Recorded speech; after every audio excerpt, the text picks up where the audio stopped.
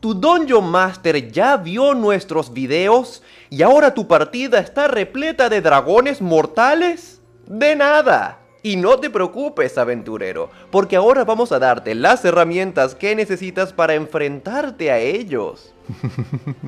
Y fallar miserablemente. Es totalmente correcto, Víctor. Más bien ahorita nos encontramos en esta cueva solitaria en una montaña oscura sin ninguna iluminación al lado de nuestro invitado especial, Pepe. Déjenme en paz, estoy cansado. Paladín, te he fallado. ¿Por qué? Oh, no te preocupes, Pepe. Yo te protegeré. Si alguien le hace daño a Pepe, lo mato. Y luego me mato.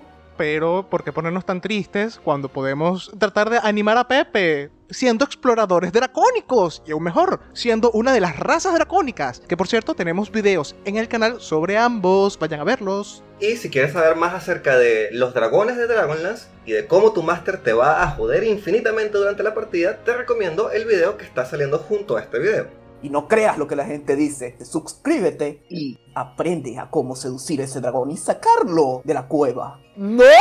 ¡No te metas con Pepe! Uno nunca sabe que puede animar a Pepe, ¿verdad, Pepe? ¿Aló? ¿Oficial? Sí, ese mismo ahí que está. Él está amenazando a Pepe. Dejen a Pepe en paz, por favor. ¿No ven que está deprimido? Vamos a comenzar con lo importante. ¿Cuáles son las razas de Dragonlance? Bueno, nos habíamos mencionado anteriormente en el video de la religión y también en el video de la historia de Dragonlance, que también están en nuestro canal. Pero érase una vez una tríada de dioses. Paladín, el dios del bien. Tiamat, la diosa del mal. Quiso decir Taquisis, solo que ambas son ridículamente iguales. Y Gillian, que no te atrevas a asumir su género. El género de Gillian es lo que es la grandísima gana en el momento, porque él no tiene la energía para pensar en eso. Y ellos decidieron tomar a un montón de almas que estaban en el cielo y darles forma física para que tuviesen responsabilidades y una vida horrible. Paladín, al ser el dios del bien, creó a las waifus y juzbandos supremos, los elfos. Luego llegó Taquisis y dijo, ¿sabes qué? No tengo nada que envidiarle a tus elfos feos. Voy a inventar a los ogros. Y Taquisis creó a los ogros, que eran igualmente bellos que los elfos, aunque tú no lo creas. Los ogros son descritos como extremadamente bellos aún para estándares de belleza élfica. Y después llegó Gillian y dijo, tengo demasiada ansiedad y no quiero ponerme a crear cosas lindas. Así que lanzó una plasta en el suelo y de ahí nacieron los humanos. De ahí salimos nosotros y no tenían ningún alineamiento porque a Gillian le daba demasiada ansiedad darles algo que hacer o darles un propósito. Los elfos querían hacer el bien, los ogros querían hacer el mal y los humanos no sabían qué hacer porque Gillian estaba escondido. Y es como dices, Alejandro, son extremadamente bellos. ¿Sabes por qué? Porque Taquisis vino y le quiso decir a Paladín, yo puedo hacer lo mismo que tú, pero mejor. Efectivamente. Y lo interesante de los humanos es que nacieron neutros en este conflicto y sin algún propósito en específico. Así que fue lo primero que hicieron, Juan. ¿Empezar la tercera gran guerra mundial? Eso me parece que va perfectamente en línea con la naturaleza humana. Y te preguntarás, ¿son las únicas 3 razas que existen en Dragonlance? No. Ahora Alejandro nos va a explicar de dónde salieron las otras razas de Dragonlance. No, Víctor, esas no son las únicas 3 razas que existen en Dragonlance. De hecho, hay múltiples otras, pero estas otras tienen un origen bastante interesante. Vamos a hablar acerca de la piedra gris o la gema gris. La gema gris era una piedra llena de magia, de puro caos, y de repente se despertó y se escapó de donde estaba, porque una piedra llena de magia de caos, así que puede hacer ese tipo de cosas. ¿Dónde está ese estudio gigante, Candace? Se paró y se fue bailando. ¿Perdón? Se paró y se fue bailando. Se paró y se fue bailando. ¿Ves? Suena igual de loco cuando tú lo dices. Y mientras estaba caminando por el terreno por ahí, estaba morfeando y tergiversando a la gente, a las tierras y a todo lo que se encontraba en su camino, incluyendo la magia del mismo crimen. Imagínense un segundo que estás caminando por el bosque viviendo tu vida feliz. Vas a regresar a tu granja para encontrar con tu familia. De repente una piedra con patas te camina por un lado, te dice epa vale, y de repente eres otra raza totalmente distinta. Y sigue, sin decirte más nada. Yo creo que todos ustedes compartan esta imagen mental conmigo del episodio de Bob Esponja, en el que Bob Esponja hizo un garabato feo con un lápiz gigante y el garabato feo cobró vida y andaba con el lápiz gigante dibujando cosas feas en la realidad. Bueno, esa era la piedra. Exactamente. Y lo interesante es que la piedra te transformaba en base a características completamente arbitrarias. Por ejemplo, los ogros particularmente tercos se convirtieron en minotauros. Los herreros que no tenían sentido de la moda y andaban desaliñados por ahí se convirtieron en enanos. Mientras que otros herreros, los que eran más tranquilos y felices y no tenían los pies en la tierra, se convirtieron en gnomos. Y los últimos herreros se convirtieron en vástagos, que pobrecitos ellos, los negrearon por no tener alguna característica arbitraria para transformarlos. Tiene sentido lo de los herreros convertidos en enanos porque el dios que adoran los enanos es Reox, precisamente el dios de la forja. Así que tiene sentido que un herrero humano que ya adoraba a Reox, al volverse un enano, se volviera su dios principal. Por eso tenemos este dios para esta raza. Y como los humanos de por sí eran la raza neutra creada por Gillian, precisamente, tiene sentido que los enanos que vienen de los humanos sigan adorando un dios neutro. De la misma forma aparecieron los Kender, que son los equivalentes a los Halflings en quinta edición. También a partir de la piedra aparecieron los Goblins. Algunos elfos se convirtieron en monos de mar y nacieron lo que se llaman los elfos de mar en las zonas de Táladas. Y las demás razas interesantes que fueron apareciendo por ahí, los centauros. Juan tiene una anécdota cómica acerca de cómo surgieron los centauros en Dragonlance. La piedra era el furroinador, que iba volando por allí convirtiendo las cosas furra. Bueno, más bien es cómico que menciones esto, porque los centauros no surgieron de un solo grupo en este mundo, sino que la piedra en sus viajes eternos, siendo perseguidos por todos los que lo querían, agarró su lápiz número 2, se acercó a 5 diferentes grupos de razas o culturas que eran o buenos jinetes o nómadas o gente de Mongolia como los Khan, y dijo: oh, ¿te gusta estar en caballo? Pues sé mitad caballo, y generó en 5 oportunidades distintas, totalmente desconectadas, a los centauros, que ahora tienen que vivir con saber que hay más de ellos allá afuera, pero nunca los han conocido y no tienen por qué conocerlos. También quiero mencionar rápidamente que en Dragonlance existen otros tipos de razas como medio elfos, medio ogros y medio otra cosa, pero usualmente vienen de un origen de violencia y esclavitud, así que un tema medio turbio que dejaremos hasta ahí y ya. Pero un tema turbio que no vamos a dejar de lado es la mejor raza de Dragonlance, los draconianos. Una de las razas que más particular de Dragonlance, ya Víctor lo mencionó en su video de los dragones, son los draconianos. Son los equivalentes al dracónigo moderno, el que verías típicamente en quinta edición, y su lore es más o menos similar porque son como descendientes de los dragones, pero aquí hay un twist. Y es lo que se mencionó cuando la reina de la oscuridad de Takisis se robó miles de huevos de dragones metálicos y usando magias oscuras los corrompió, y de ahí nacieron los draconianos. Su origen era ser un ejército de las fuerzas de la oscuridad para Takesis, pero con las siguientes generaciones que han ido pasando y después que ya se dejaron estas guerras atrás, los draconianos están en un punto más neutral de todo este asunto, aunque todavía tienen partes de esas costumbres viejas de querer irse a la guerra y destrucción. Es correcto, aventurero. Eso significa que cada uno de los draconianos que te encuentras ahí en la calle tiene daddy issues inculcados genéticamente desde su origen. Así que como cada uno de los dracónidos que te encuentres en un mundo normal es un protagonista de Isekai de primera o segunda generación, eso se explicará un poquito después, no te preocupes. Cada draconiano puede quejarse de sus padres, porque sus padres fue la diosa del mal y solo lo crió para guerra infinita y tortura. Wow, qué edgy, deberían ser pícaros todos. De hecho, hay uno que es que está diseñado para ser pícaro. ¡Mejor! Tienes el backstory edgy ya construido en todo. Y de hecho, pueden tener daddy issues bastante realísticas porque pueden ser que toda una raza entera, mamá Takisis le dijo que su papá los abandonó y no tienen forma de demostrar lo contrario. Vienes y cuando entras a la cueva está el dragón inclinado contra una de las paredes, así sin decir nada. También, si tu máster es algún tipo de persona aburrida que no te deja jugar forjados de guerra, puedes jugar un draconiano que tiene prácticamente el mismo origen racial que fueron creados para la guerra por entidades no necesariamente buenas. Así que son intercambiables esos puntos de personalidad. Y tienen ambos el mismo nivel de problemas psicológicos y traumas. Y de hecho, me da risa porque puede ser que todo el ejército de draconianos agarraron un día y llegaron a donde está Takisis y le preguntaron: Takisis, ¿dónde están nuestros padres? Y Takisis le dijo: se fue a comprar cigarros. Y aparece Paladin por la ventana, mujer. No le creas, chicos, yo los quiero de verdad. Y se corre. Los draconianos son una de las razas más importantes del setting de Dragonlance por todo su contexto histórico. Y si piensas jugar un dracónido dentro de Este setting es como que es probable que tengas que hacer tu backstory referente a los eventos que hay ahí, hablarlo con tu máster, pero tiene unas ventajas, y eso lo vamos a hablar después en la sección de las clases.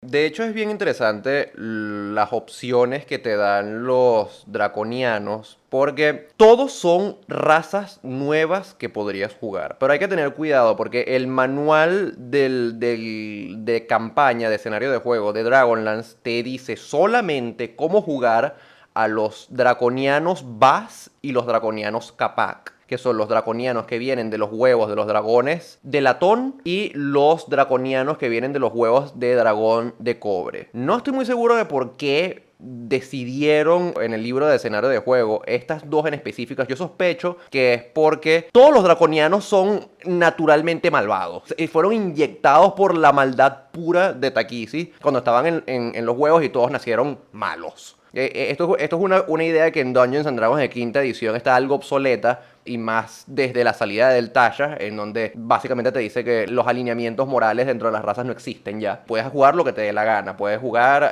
un Drow, que antes eran todos malvados, lo puedes jugar como si fuera María Magdalena. Pero en el setting de Dragonlance es importante resaltar que todos los draconianos eran inherentemente malvados y malditos todos. Eran unos bastardos. Eso es cierto para las primeras generaciones de draconianos, pero si tu setting o la campaña es una campaña que va a suceder muchos años después de los eventos de las guerras de Dragonlance, ya ahí es realista y plausible que los draconians estén tendiendo más a neutral, aunque todavía tengan parte de ese origen malvado. Pero no es como que tienen que ser malvados y van a ser malvados sí o sí el resto de su vida, por el resto de la eternidad de Dragonlance. Pero aventurero, siempre los draconianos van a tener mommy issues. De hecho, o sea, es lo que dice Alejandro, no necesariamente tienen que ser todos malos, tienen tendencias hacia la maldad, pero como un adicional a la partida, como algo que agregas a tu partida, puedes hacer que no todos los draconianos sean malos. Pero tenía que dejar en claro ese contexto histórico de que antiguamente todos eran malos, inclusive como te pinta el libro, a los aventureros draconianos siguen siendo malos. Me gustaría resaltar algo que dijiste, que los libros solo cubren latón y cobre, como los draconianos que se juegan. Si vas a jugar Dragonlance en quinta edición, no existen los draconianos como parte de ningún libro. El libro nuevo de Fizban tiene a subrazas de los dracónidos. Eso ha dicho, obviamente simplemente le cambias el nombre y le cambias un poquito el trasfondo, y tienes draconianos bastante viables. Pero tienes el rango entero de colores, metálico, cromático y hasta de gemas. Aunque yo no sé si las gemas son del mundo de Dragonlance como tal. Aún así, o sea, como que se autorresuelve esa duda que puso Víctor de cuál raza de draconiano se puede jugar ahora en día. Yo me imagino que un dracónido de color plata va a ser particularmente menos malvado que un dracónido de color rojo, si nos queremos ir por ahí por el contexto histórico de Dragonlance. Primero, técnicamente, si vamos al libro de Fizban, no puedes jugar draconianos, vas a jugar dracónidos, pero es un paralelismo en ese caso. Sin embargo, les recuerdo, si ya vieron nuestro video de orígenes y lore de Dragonlance o de la religión, técnicamente malvado no necesariamente es lo que conocemos como malvado, es simplemente ser egoísta y buscar la supremacía en poder. Entonces, técnicamente los draconianos no buscan obligatoriamente hacerle daño a otros. De hecho, puedes perfectamente tener un draconiano que sea legal malvado y lo único que hace es buscar la superioridad por medio de la ley sin lastimar a nadie. Sí, no necesariamente tiene que ser un maldito, puede simplemente ser egoísta o individualista y no tender hacia el altruismo y listo. De hecho, estoy bastante convencido, y esto ya es una teoría mía, de que el manual de campaña de Dragonlance viejo nada más te pone a los Bas y a los Capac como razas jugables, es porque los Capac son medio brutos y los Bas son alcohólicos que nada más le importan las birras y todo el mundo los bulea, inclusive los otros draconianos los bulean. En cambio, los draconianos Aurak, los Silvac y los Bosak son extremadamente poderosos y están tan en sí mismos y son tan prepotentes que es difícil que se salgan de sus tendencias egoístas. Algo interesante que vamos a mencionar más adelante en este video es que en el setting de Dragonlance, el ser un draconiano es un poder innato que tienes hasta el punto de que hay clases raciales para los draconianos. Tú puedes subir de nivel en draconiano. por así decirlo, para ser un draconiano más fuerte. Entonces, más adelante tocaremos un poco más acerca de eso, pero efectivamente es lo que dice Víctor. O sea, los draconianos en Dragonlance son entes muy fuertes. Hay que aclarar algo importante, tipo, que hasta ahora no me ha quedado claro. ¿Cómo se ve un draconiano? Yo puedo responder esa pregunta. Yo, siendo el bardo experto en dragones, puedo aclararles a todos cómo se ven específicamente los draconianos. Todos los draconianos son parecidos a los dracónidos en el sentido de que reflejan ciertas características de las ascendencias de los dragones a los que corresponden, de los cuales nacieron. Sin embargo, los draconianos son mucho más parecidos, tienen rasgos mucho más similares a los dragones. Los dracónidos por lo general tienen caras planas, parecen más cocodrilos de cara plana que otra cosa, pero los draconianos sí parecen como versiones antropomórficas de los dragones metálicos. Tienen las crines, las crestas, tienen alas, tienen cola, cosa que no tienen los dracónidos. Bueno, algunos dracónidos homebrew o con dotes raros tienen alas y tienen cola, pero los draconianos nacen con todo eso. Todos los draconianos son hechiceros natos también. Y si quieren ir un poquito más a detalle, los draconianos de oro, los Aurak, son bellos, hermosos y parecen como una especie de juzgando o waifu dragón Scali dorado, hechicero. Los Capac son como más lagartosos, son flaquitos, son como serpentinos y chorrean baba venenosa por la boca. Los Bas son enanitos, son literal, son como unos enanitos rechonchos y feos. Son como gárgolas. Y los otros dos, los Sivak y los Bosak, son también como juzgandos, igual que el Aurak, pero en vez de ser hechiceros, son guerreros y paladines. Y aquí es cuando te das cuenta que el verdadero motivo por el cual solamente el Bas y el Capac son jugables es porque los que hicieron este libro no quisieron que fueran un husbando reptiliano. Es verdad. Y cabe destacar una última aclaración acerca de esto. Existen los draconianos cromáticos. Y todos son buenos. Porque menos por menos da más. Exacto. Y lo chistoso es que los draconianos cromáticos están atormentados por los pecados de su especie.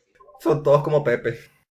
Yo solamente quiero destacar que para los elfos hay 5 subrazas en este libro y nada más 2 de los 5 draconianos. O sea, yo quiero que noten la obvia preferencia que hay por quien sea que escribió este libro por los elfos. 5 subrazas, de las cuales una, que son los elfos marinos, tiene otras 2 subrazas. ¿Qué te esperas? Paladin sí quiere a sus hijos, mientras que los otros 2 dioses solo los crearon y los abandonaron. No, es que eso es lo más cómico. Toda esa cantidad de subrazas es por culpa de la bendita piedra, que según donde están viviendo los elfos fue que los transformó. Bueno, Steven, tienes razón, yo no negaré la preferencia hacia los elfos, pero si vamos a hablar de preferencia, los Draconians son los que de verdad se ganaron la cereza del pastel, especialmente con las clases raciales, que es lo que vamos a hablar ahora. En el setting de Dragonlance existen la mayoría de las clases básicas que ya conocemos, las clases core de Dungeons and Dragons. Tenemos las cosas como el bárbaro, el bardo, el clérigo, el peleador, el druida, el monje. También están los místicos, que nosotros preferimos ignorar su existencia y no los mencionaremos. Nadie nunca debe decir esa palabra.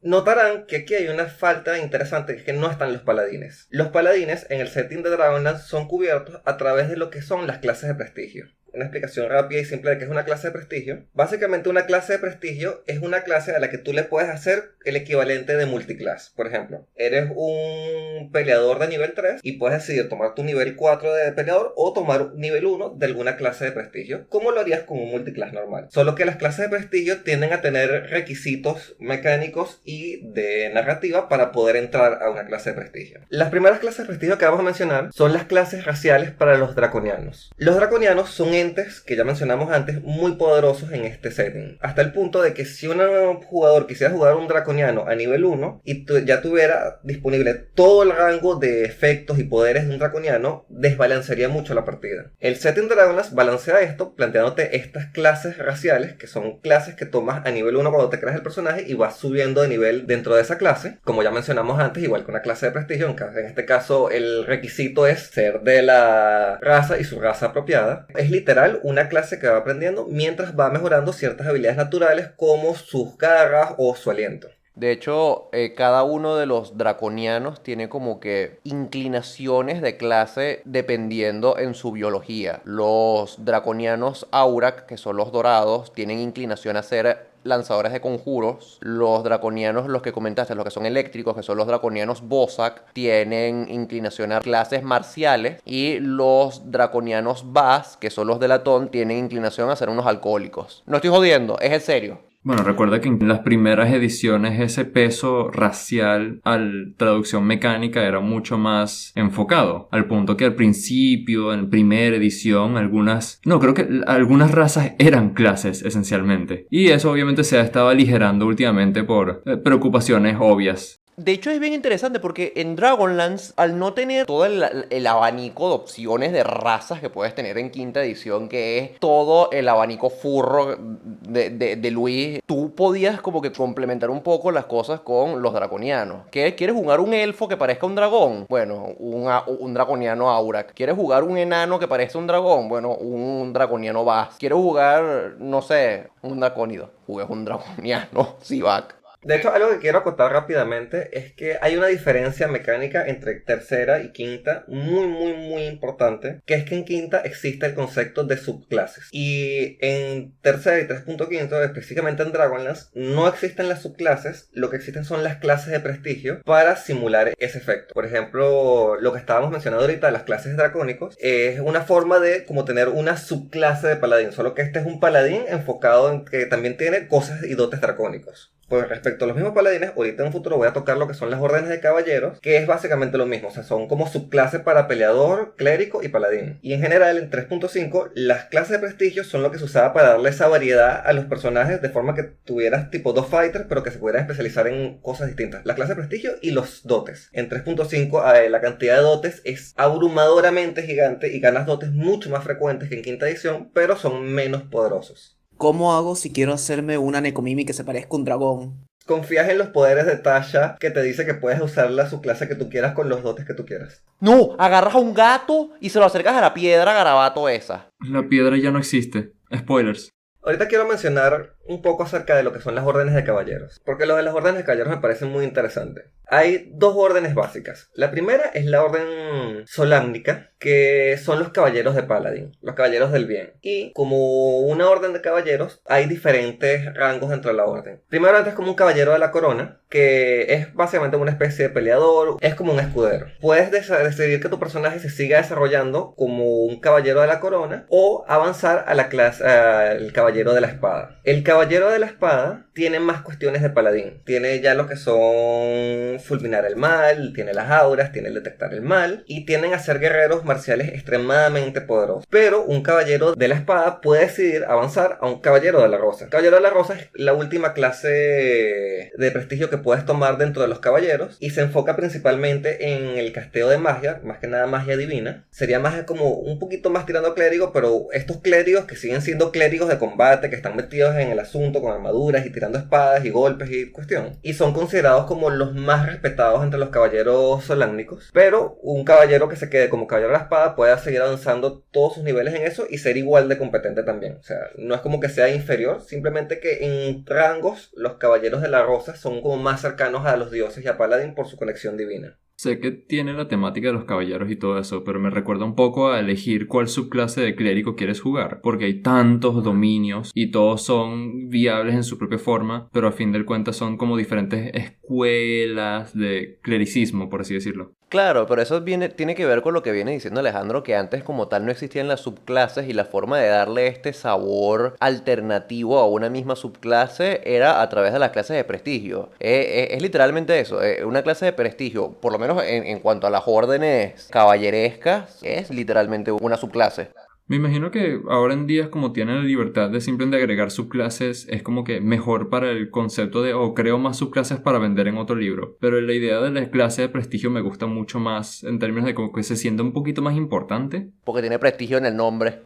De hecho, en quinta edición se intentó agregar clases de prestigio en un arte de arcana que salió hace muchos años, en el 2015-2016, y agregaba una clase de prestigio de caballero de runas. Y la idea es que fuera una clase que pudieras entrar tanto siendo un personaje marcial como un personaje caster y tomar niveles dentro de esa clase. Pero la idea no tuvo particularmente éxito porque chocaba con la progresión de niveles como estaba planteado en quinta. Entonces al final como que descartaron esa idea y se quedaron con el concepto de subclases, pero yo siento que sí se pueden implementar de quinta haciendo ciertos arreglos y acomodos. Yo también lo puedo implementar como lo hicieron en cuarta, que es simplemente de niveles 20 a 21 a 30. Se puede manejar, pero requiere un poquito de creatividad por parte del máster. Interesantemente en Dragonlance existe otra clase de prestigio, que es a la que quería llegar con todo este punto, que es el jinete dragón. El jinete dragón es una de las clases de prestigio más importantes a nivel de narrativa para Cream, porque cuando un dragón y un jinete están peleando juntos, su efectividad se incrementa muchísimo. Se vuelven extremadamente peligrosos en combate y las guerras son ganadas en base a la habilidad de los jinetes dragón que hay. Lo que pasa es que tanto los dragones metálicos como los cromáticos son muy inteligentes y poderosos, pero son solitarios. Si tú logras unirlo con la perspectiva de alguna de las otras razas que hay y que entre los dos se compartan entre ellos, tengan una relación de confianza, de cariño y peleen juntos, crean básicamente un guerrero muy muy difícil de derrotar.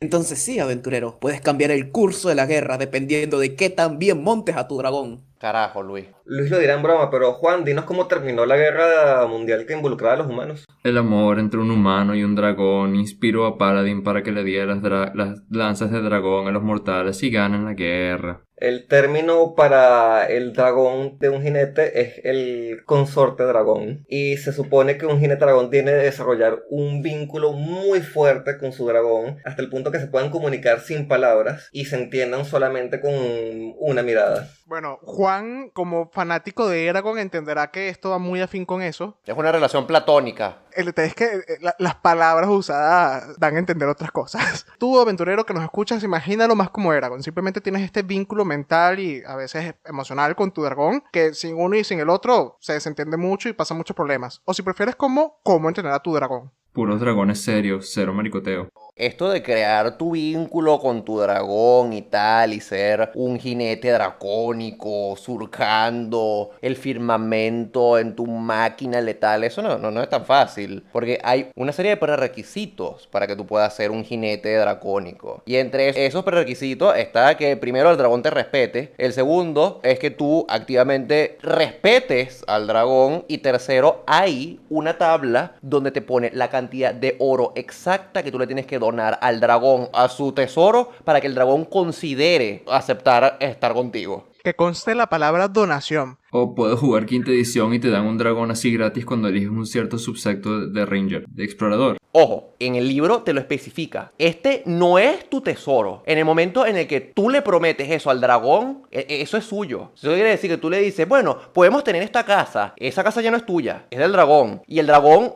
te va a echar de la casa si él quiere. Y bueno, ya que de hecho Víctor lo dice, si vistes el otro video que salió junto con este, de los dragones que están como tal en Dragonlance, sabrás que particularmente hay dos dragones en específicos que podrías tratar para esto, que son los cromáticos azules, que simplemente son máquinas de matar, así que buena suerte convenciendo a una máquina de matar de que no te mata a ti, y los de cobre, que son unos avaros. Así que nuevamente, si tú creías que la donación es alta o que eso de donación suena muy banquero, duplícalo, triplícalo. Y ahí tienes el otro dragón con el que puedes trabajar.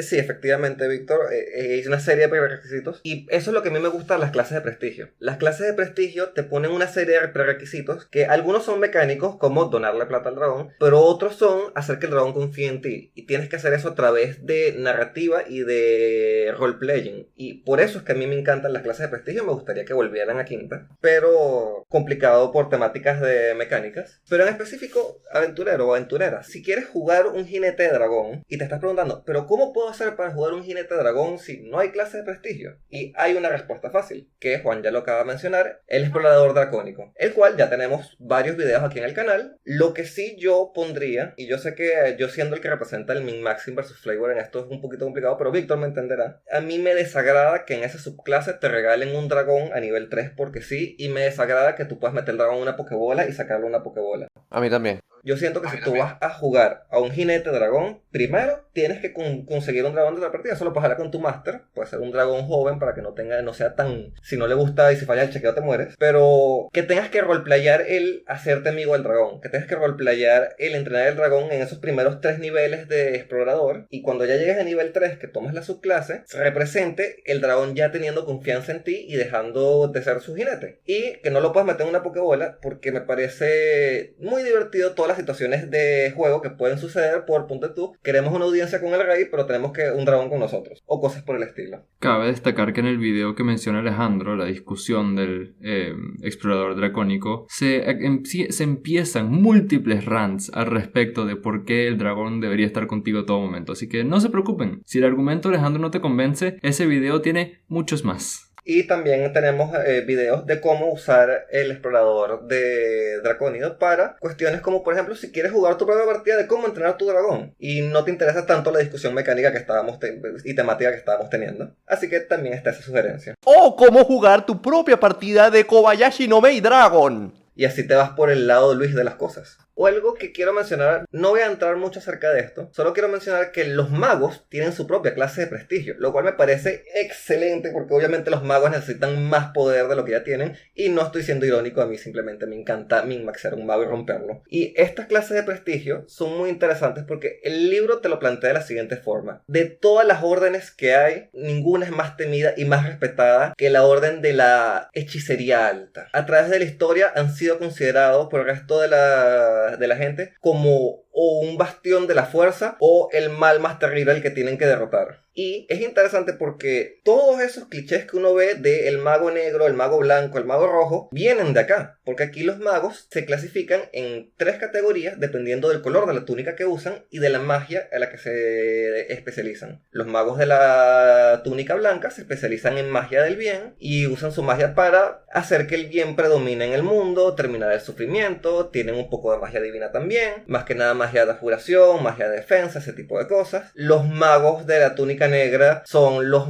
que creen que el poder está en el lado oscuro de las cuestiones y dicen que la magia debe ser perseguida sin preocuparte por cuestiones éticas o morales, y son los magos que, aparte de las magias de educación fuertes, tienen acceso a magias que serían típicamente prohibidas como necromancia o magias que vayan en contra de las reglas de la sociedad. Obviamente, como puedes inferir, los magos de la túnica roja son los que creen en la neutralidad. Reconocen que el bien y el mal existen en todas las criaturas y tratar de eliminar uno o el otro es no solo que es fútil, sino no es un final deseado. Y ellos combinan tanto elementos de la magia del bien como la magia del mal para balancearlos en su vida y encontrar los secretos de la magia. Cada magia tiene su propia filosofía, pero sin importar cuál es el color de su túnica, cuál es su filosofía personal, los magos de la alta hechicería tienen su juramento a la magia por encima de todas las demás consideraciones. Ellos son leales a la magia de la misma forma que un clérigo sería leal a su dios. Y así es como vemos que los Jedi originales de D&D vienen de Dragonlance. Como mencionamos antes, es 3.5, son las primeras aventuras donde de verdad se están afincando en narrativas y aventuras corridas, así que hay que perdonar la falta de sutileza en los magos que se visten de blanco son los buenos. Sería chistoso para mí que cada mago tenga su propia manera y su propia justificación para utilizar un mismo hechizo. Por ejemplo, viene el mago de túnica blanca y dice: yo voy a castear Fireball para hacer unas carnitas. Viene el mago de túnica negra y dice: bueno, yo voy a utilizarla para quemar este pueblo y comer carne. Luego viene el mago de la túnica roja y dice: yo soy vegano y no hago nada.